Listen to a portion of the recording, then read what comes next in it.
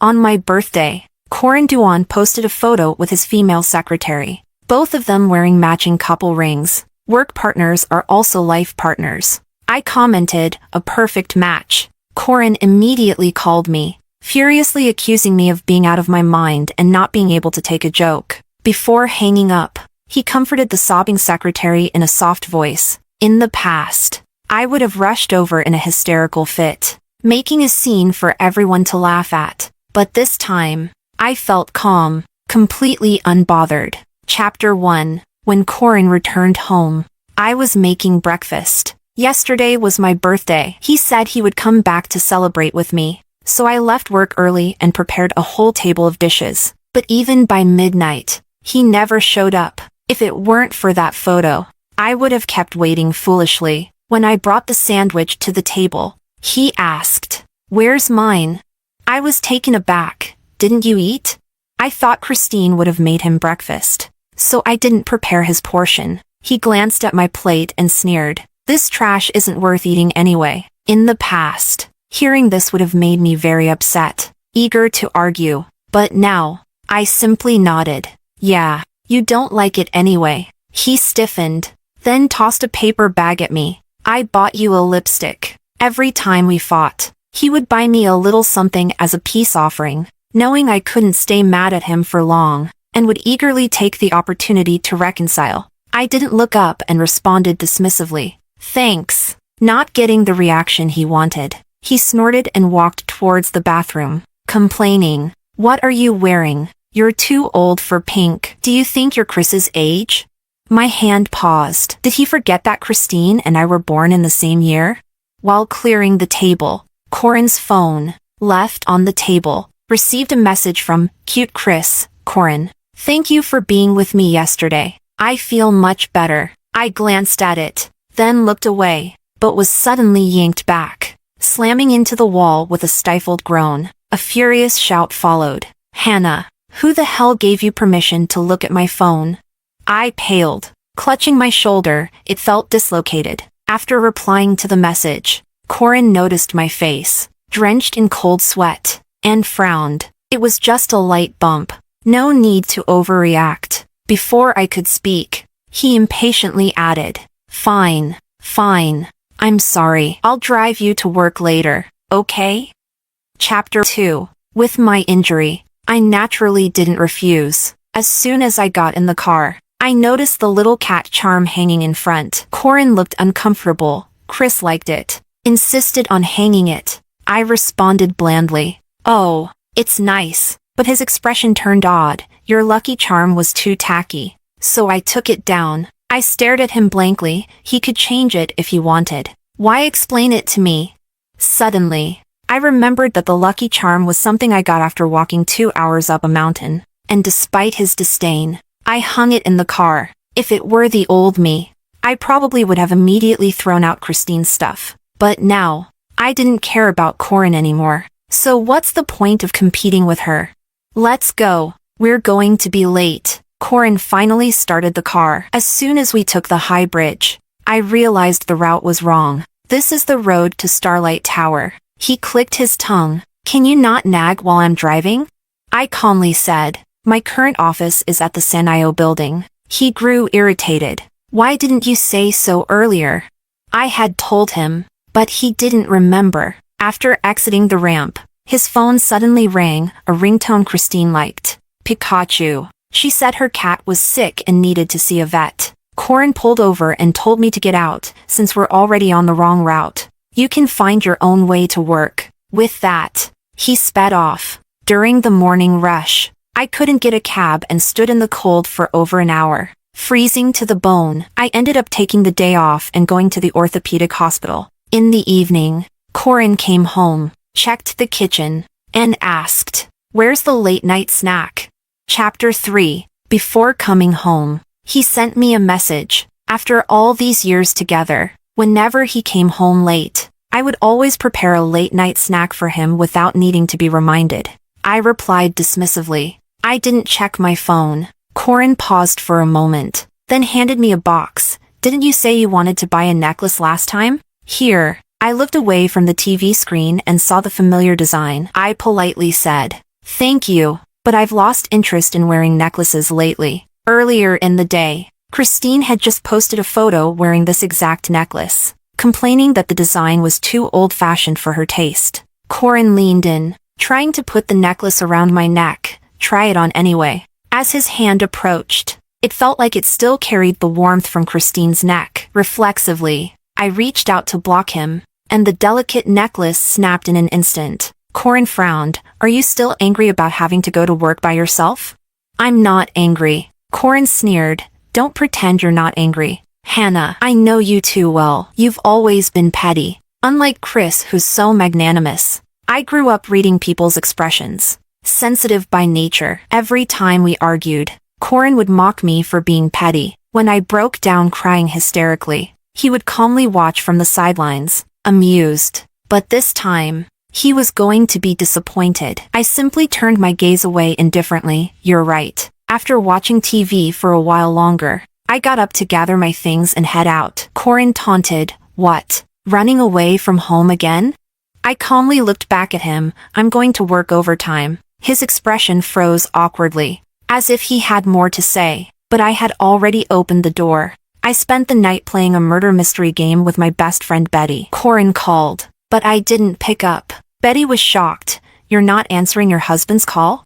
Everyone knew I loved Corin with all my heart. I would always answer his calls and texts immediately. But tonight, I didn't feel like it at all. Instead, I dragged Betty to a bar. When I got home, the sun was just starting to rise. I went straight to the guest room to wash up. I had just fallen asleep when a loud bang woke me up. Chapter 4. You still know how to come back. Ignoring Corin's sarcastic tone, I turned over and continued to sleep. In the past, I would always cater to him if he wanted to talk, and stay away when he was annoyed. I was always the one wagging my tail and begging for attention. Now that I didn't respond, Corin stood there for a moment, then suddenly slammed the door hard and stormed out, without anyone bothering me. I slept soundly. When I woke up, I found the house empty, and I felt extremely at ease. I leisurely made lunch for one, enjoyed it, and then went to meet the divorce lawyer that Betty had recommended. As soon as I arrived at the law firm, I saw a video posted by Corin's good friend Pablo. It was from his birthday party. In the middle of the video, Corin appeared with Christine sitting on his lap. Before the video could finish playing, it was deleted, and Corin immediately called. Honey, don't get the wrong idea. Chris just lost her balance and I helped her out. I replied, confused. I didn't get the wrong idea. Then don't be mad. On Pablo's birthday, you were working, so I was even more puzzled. Why would I be mad?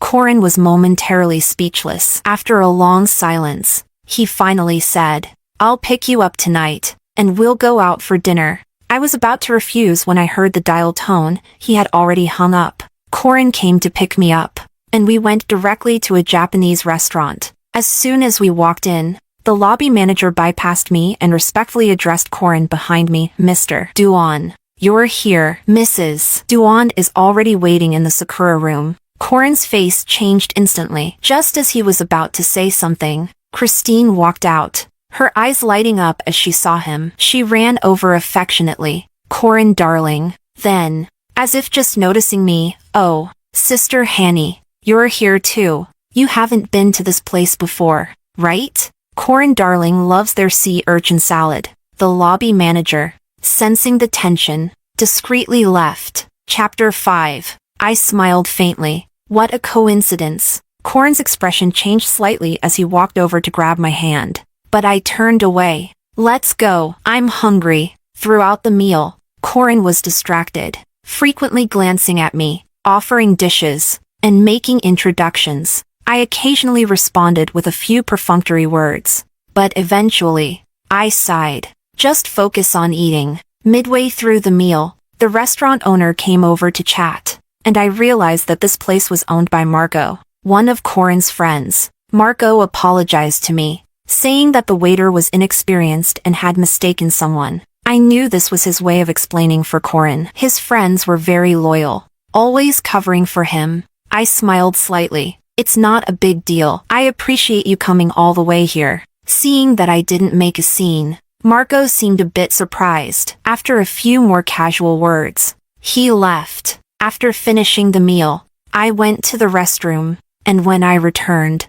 I saw Corin holding a drunk Christine with a look of affection. Last year, I also got drunk at a work event. My colleague called Corin using my phone, but he refused to come and get me. After my colleague dropped me off at home, I kept entering the wrong passcode and, in the early winter season, ended up sleeping in the hallway for the night. It wasn't until the next morning that I found out Corin had been home all along. I didn't want to let you in. I wanted you to learn a lesson. What kind of behavior is it for a woman to drink outside? Thinking of this, I went back to the private room, grabbed my bag, and left. As soon as I got home, Corin's call came through. Hannah, are you crazy? You left without saying a word? Do you know how long I waited for you? I calmly replied, Corin, let's get a divorce. This was the second time I had suggested divorce. The first time was on our wedding anniversary last year. Corin had taken Christine to the aquarium. We had a huge argument, and he pushed me so hard that I miscarried. I thought I could use divorce to threaten him, but to my surprise, he readily agreed. So, I cried my heart out, begging him to forgive my rash words. But this time, I truly wanted out. Chapter 6. Corin froze. After a moment, he suddenly let out a cold laugh. You're pulling this trick again? Fine. I'll be right back. Let's see what other stunts you can pull. Half an hour later, he finally arrived home. I handed him the divorce papers I had prepared, but Corin recoiled sharply, letting the papers fall to the floor. Heh, you're really going all out with this act. He gave me a long, deep look. This game is getting old. This time, it's real. But he sneered disdainfully. Hannah, I know you too well. If you're going to play hard to get, at least use your brain. Do you even have one? With that, he turned and walked away. For the next few days, he didn't come home, and I was perfectly content with that. Then one day, Marco called, frantic, saying Corin had been in a car accident and I needed to go to the hospital. I calmly said, I'm at work. I can't go. If he really needs someone to take care of him, ask Christine. After all, he doesn't want to see me anyway. He'd probably be happier with Christine there. But when I got off work, I found the person who was supposed to be in the hospital sitting at home, completely unharmed, though his expression was sour. When he saw me come in, he washed some fruit and brought it over to me. Every day after that, with a sour face, he made me breakfast and drove me to and from work. I couldn't stand it anymore. If you really don't enjoy eating with me, don't force yourself. You're ruining my appetite too. He froze for a moment, his face darkening even more, and said stiffly, I'm not forcing myself. Then he lowered his head to refresh his social media, probably waiting for me to post something about how he's being nice to me, like I used to. But I didn't post anything and even blocked him. The divorce papers sat on the coffee table, but Corin acted like he couldn't see them. I didn't push him. My lawyer said that patience is key at this stage. On the weekend, I went with Betty to welcome a friend back to town. As soon as I stepped onto the floor of the address she had sent, a surprised voice called out, Wife, are you here to see me?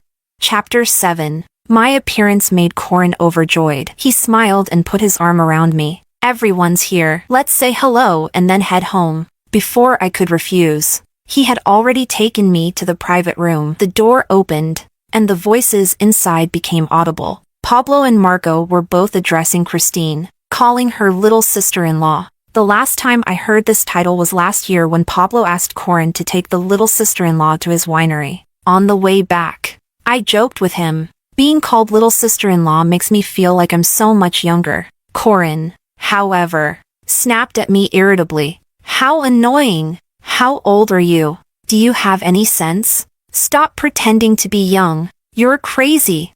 As it turned out, they weren't even talking about me. Corin looked at me nervously. They're just joking around with the title. That's all. I was replying to a message and casually said, It's just a title. They can call whoever whatever they like. Seeing him holding me as we walked in, the expressions of the others varied, and Pablo quickly stood up. Sister-in-law, I forgot to invite you to my birthday party last time. You told me to take care of that. I smiled and responded with a few polite words before Corin pulled me down to sit. Christine, who had initially shown displeasure, now giggled sweetly. Hanny, Corin said you don't like these kinds of gatherings. I almost believed it, thinking you just didn't want to come. In the past, I wanted very much to integrate into Corin's life, but he rarely took me to gatherings with his friends, saying I wasn't familiar with them and that everyone would feel awkward with me around. But now, with the smoky and tense atmosphere in this private room,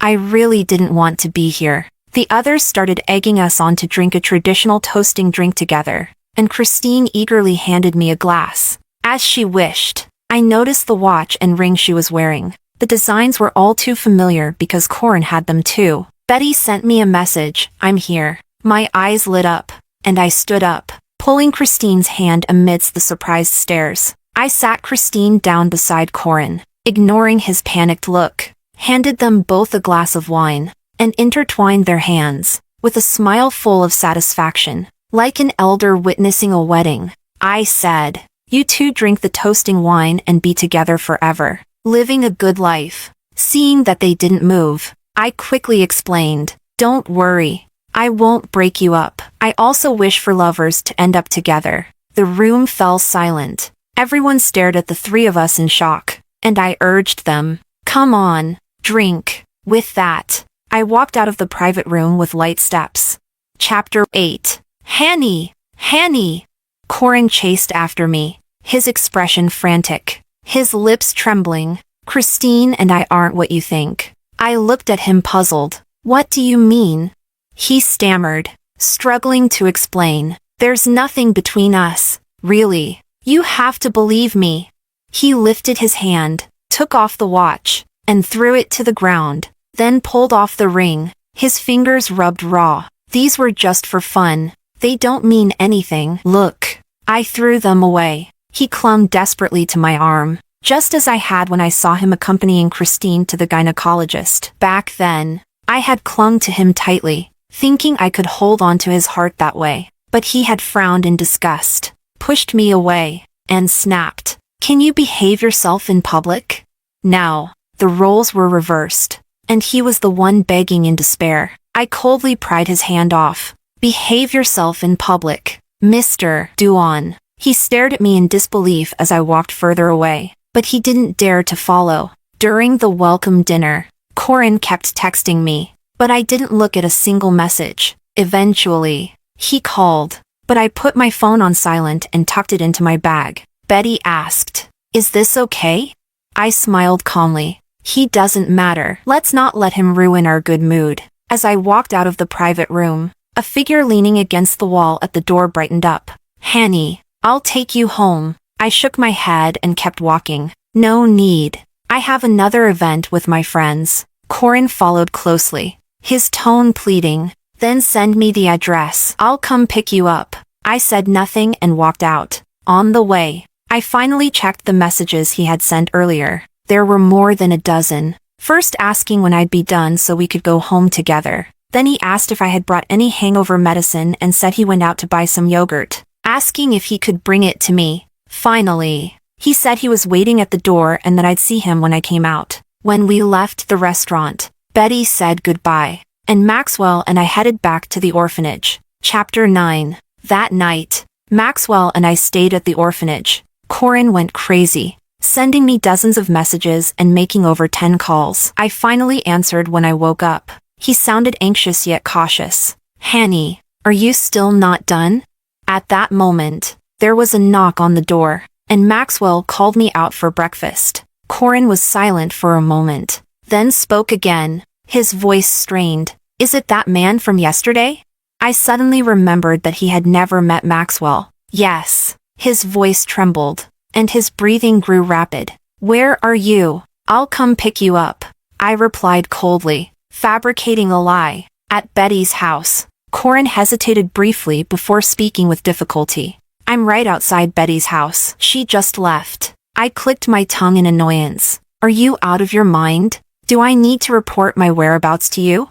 He quickly explained, his tone still gentle. I worry about you. Hanny, just tell me where you are, and I'll come get you. The orphanage. He hesitated and asked where the orphanage was. My patience ran out, and I hung up. Somehow, he managed to find me. Just as I stepped out of the orphanage, Corin was already waiting at the entrance, his eyes warily watching Maxwell. Maxwell shrugged indifferently and walked towards his car. Corin eagerly opened the passenger door for me, but I glanced at it and chose to sit in the back. On the dashboard in front of the passenger seat was a black lace camisole. Corin's pupils contracted as he hastily threw it out of the car. Stammering, Chris borrowed my car to change clothes. We didn't do anything. Hanny, I closed my eyes and interrupted him. Stop talking. Hanny, I opened my eyes and said calmly, I genuinely feel a bit sick. His face turned pale instantly, and I added with satisfaction, I ate too much and my stomach's upset. Let's go. He stood there, processing my words, unsure if I was being serious or not, before hesitantly getting into the car and starting the engine. Capítulo 10. When we got home, I went to the study to work overtime. When I came out, Corin had already prepared 2 dishes and a soup. Corin's cooking skills are better than mine. In the past, what I looked forward to most was him cooking a meal for me on my birthday. But that never happened. Whenever I brought it up, he would impatiently say, You're an orphan, not some spoiled princess. Why do you need someone to cater to you? So pretentious. If you want to eat, cook for yourself. It's not like you can't take care of yourself. But Christine often posted pictures of the bento boxes he made with love. Once, he left a bento box on the table, and I thought it was for me, so I took it. That night, when we got home, he grabbed a handful of the uneaten bento and shoved it into my mouth. You really want to eat my cooking? Eat it! You look like a beggar. Eat, eat, eat. Why don't you just choke on it? Before he got home, I saw Christine's post on social media. Someone made me a bento with love, but it was stolen. So sad. Only then did I realize the bento was for Christine. Because of me, Christine was sad, and now he was punishing me for making her upset. That time, I was left with food smeared all over my face and hair. I cried as I washed it off. When I came out, Corin looked at me expectantly. Hanny, I made your favorite sweet and sour ribs and seafood soup. I walked to the table, and he eagerly handed me the chopsticks. I picked up a piece of rib and threw it on the floor, scoffing. Trying to feed a beggar? Eat it yourself. He stared at me in shock, as if he couldn't understand what I was doing. Then I took the pot of soup and poured it over his head. What is this? It smells awful. The scalding soup turned his face red, but he said nothing. After doing all that, my food delivery arrived. I took it back to the study to eat,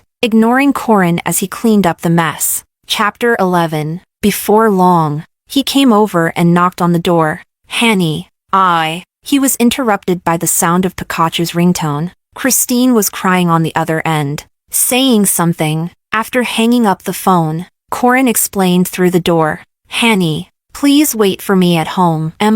Christine is being troubled by a client, and it's related to company business. I need to go resolve it. I'll clean up the mess on the floor when I get back, and I'll bring you your favorite cheesecake. I responded perfunctorily, put on my headphones, and listened to Betty talking on the other side. Waiting for a long time without receiving any other response from me, Corin finally hurriedly left, slamming the door behind him. After confirming the travel itinerary with Betty, I grabbed the luggage I had already packed and headed straight to the airport, sending Corin a message on the way. The divorce agreement is on the coffee table. Please sign it as soon as possible. After nearly 10 hours of flight, I landed and received a few text messages. One from a colleague, your husband came to the office looking for you. Didn't you tell him you took leave?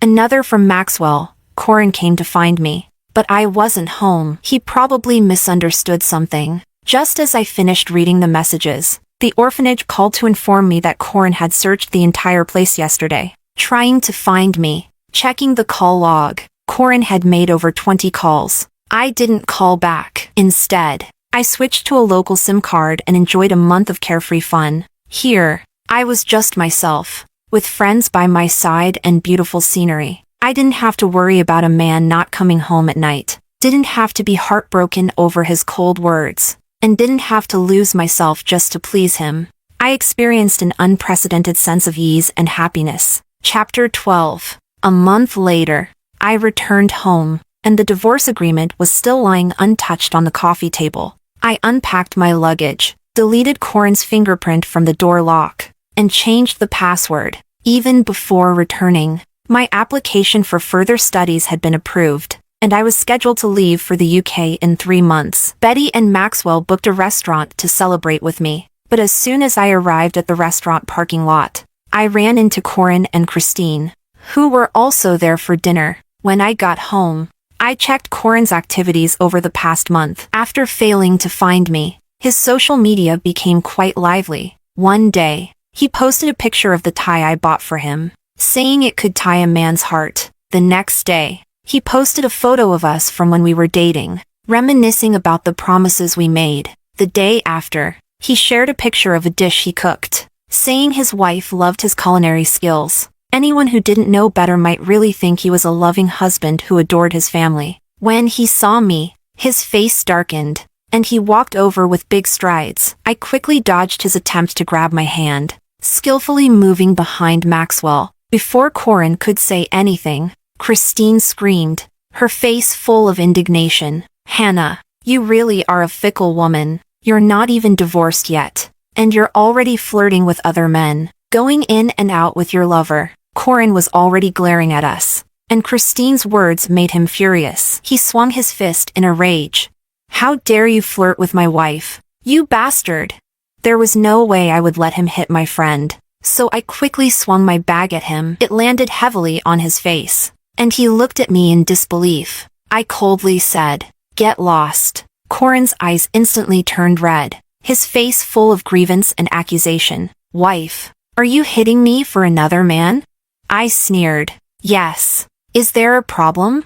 He stood there in a daze, clearly unable to understand why the woman who once cared for him the most, who loved him more than herself, was now humiliating him for someone else. Chapter 13. Christine walked over, linking her arm with Corin's. Casting a triumphant glance at me, she then softly said to Corin, "Corin, let's go. She doesn't appreciate you." "But Corin suddenly shoved her away forcefully, his eyes still locked onto me. "Wife, I know I made mistakes before. Please forgive me and come back home, okay?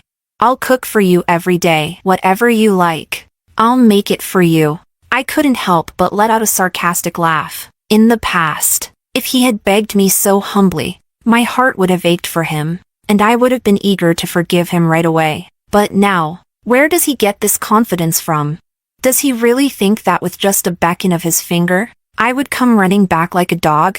"Corin, if you don't want me to take legal action, sign the divorce papers quickly. I'm sure you wouldn't want such a small matter to affect your image." With that, I took Maxwell and Betty into the restaurant. Corin walked in with a grim face, and Christine hurried to follow him but didn't dare to hold his hand again. They entered the private room next to ours, but the partition didn't block sound. Just as Betty raised her glass to wish me success in my studies, the sound of a glass shattering came from next door. Before I could say anything, I heard Corin yell, "Get out! Don't touch me!" The waiter went in to check, but no one responded. Shortly after, the sound of hurried footsteps gradually faded away. Not even 10 minutes later, everything went completely silent next door. That night, Corin couldn't get in, and he pounded on the door furiously, shouting without any regard for his image. I called security and the police, and only then did things quiet down outside. However, the divorce papers still weren't sent to me, so I had my lawyer file a lawsuit. Chapter 14. 3 months later, I went to the UK to attend a training course at the company's headquarters. A week later, I saw Corin downstairs at my residence, looking exhausted. It was drizzling, but he didn't have an umbrella, standing there as the rain soaked his hair and clothes. Some colleagues felt sorry for him and asked me what to do. I calmly told them not to interfere, and that whoever decided to help would have to take responsibility for him. I wanted no part of it. So, for the next week, everyone in the building saw Corin standing in the rain day after day until his face turned bright red, and he collapsed on the ground. The team leader, unable to bear it any longer, finally sent him to the hospital. When he tried to pay for Corin's medical expenses, I stopped him in time and called Corin's parents. That wealthy couple arrived in the UK quickly, and when they saw me, their expressions were very unpleasant. They never liked me anyway. If it weren't for Corin insisting on marrying me, how could an orphan with no background and average qualifications ever marry into such a rich family?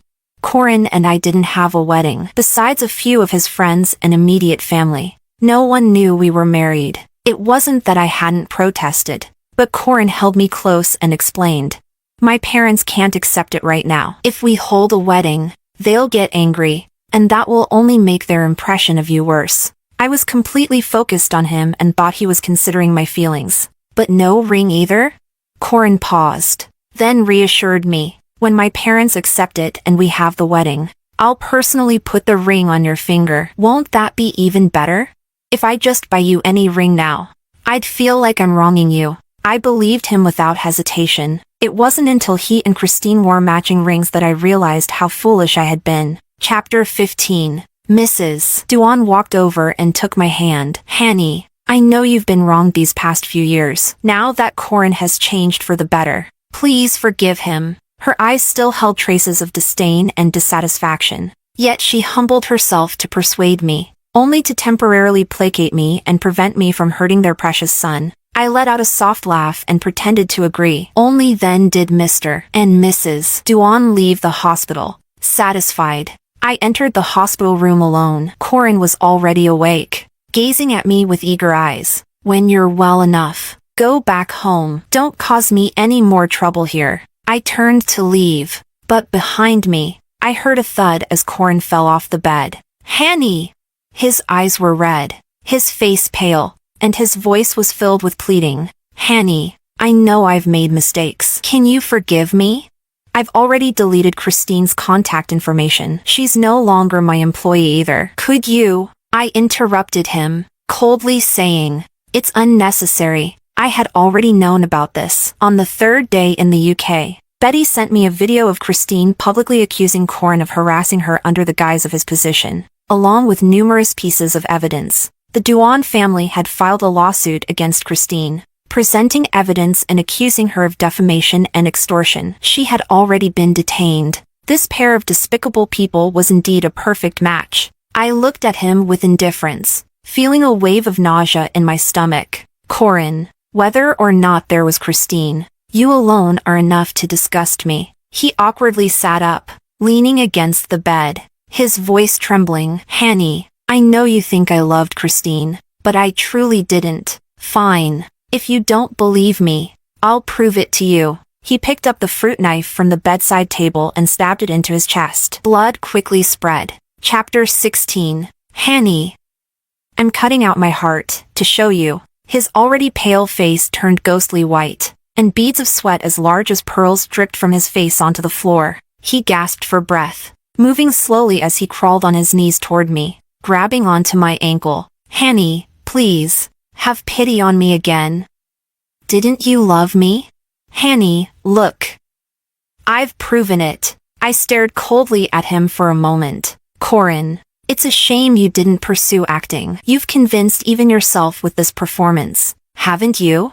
The blood continued to flow, and I turned my head, calling loudly for the doctors. In the ensuing chaos, Mr. and Mrs. Duan rushed back, but they had no time to blame me. They were too anxious about their son. Corin was eventually saved. Weakly, he told his parents, "If you dare to bully Hanny, I'll stab myself again." I found it ridiculous and left the hospital. Mrs. Duan called me several times, asking me to visit Corin in the hospital, but I decisively refused. A few days later, Corin appeared in front of my building wearing a hospital gown. When he saw me return, he stumbled after me. "Hanny." I walked straight ahead, pretending he didn't exist. He followed me into the elevator, but I left him outside when the doors closed. The next day, he showed up again. I called Mrs. Duan, and she hurried over to take him away. After 6 months of training, I returned to my country and was promoted to department manager. Betty and Maxwell prepared a big cake to celebrate at my home.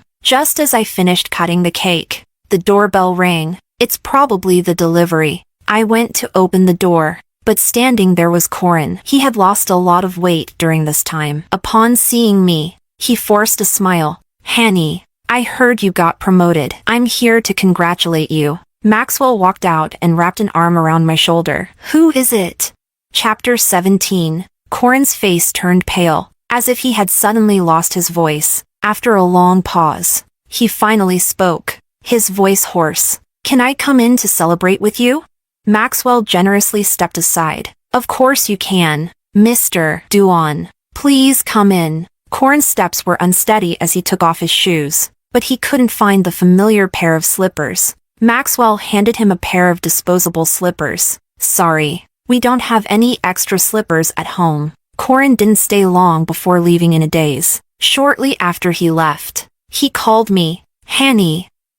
I know, there's nothing between you and Maxwell. You're just angry with me." Cough, cough. Beep, beep, beep. The call abruptly ended, and I glanced at my phone, puzzled, but didn't think much of it. About half an hour later, another call came in. "Hello, this is the city's third hospital. Are you a relative of Mr. Corin? He's been in a car accident and is currently undergoing emergency treatment. Please come as soon as possible." The chaotic sounds of the emergency room on the other end brought back memories of this time last year when Corin had left me on the ground to accompany Christine to the aquarium. After he left, I had severe abdominal pain, and the floor was covered in blood. While waiting for the ambulance, I called him, crying, begging him to come back, but he impatiently replied, "What can I do if I go back? I'm not a doctor." "Why are you so melodramatic? Always crying. Stop bothering me."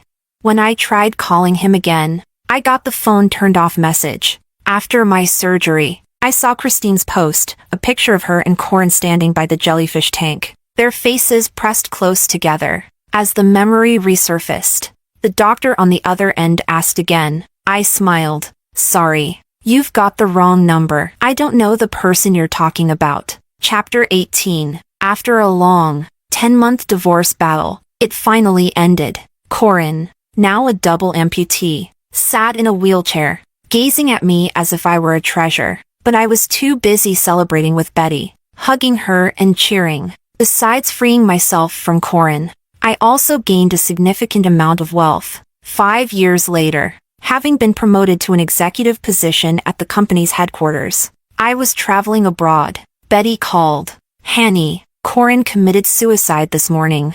I opened the news page and saw the Duan Group's obituary. After enduring long-term depression and physical pain, he passed away. On social media, a trending video showed Christine, just released from prison, live streaming while gloating. "The bastard finally died. Ha ha ha ha." Her laughter was abruptly cut off as she was hit and thrown across the street, with her phone crashing to the ground. I turned off my phone and looked at the Skogafoss waterfall in front of me, feeling an immense sense of peace. These people no longer had anything to do with me.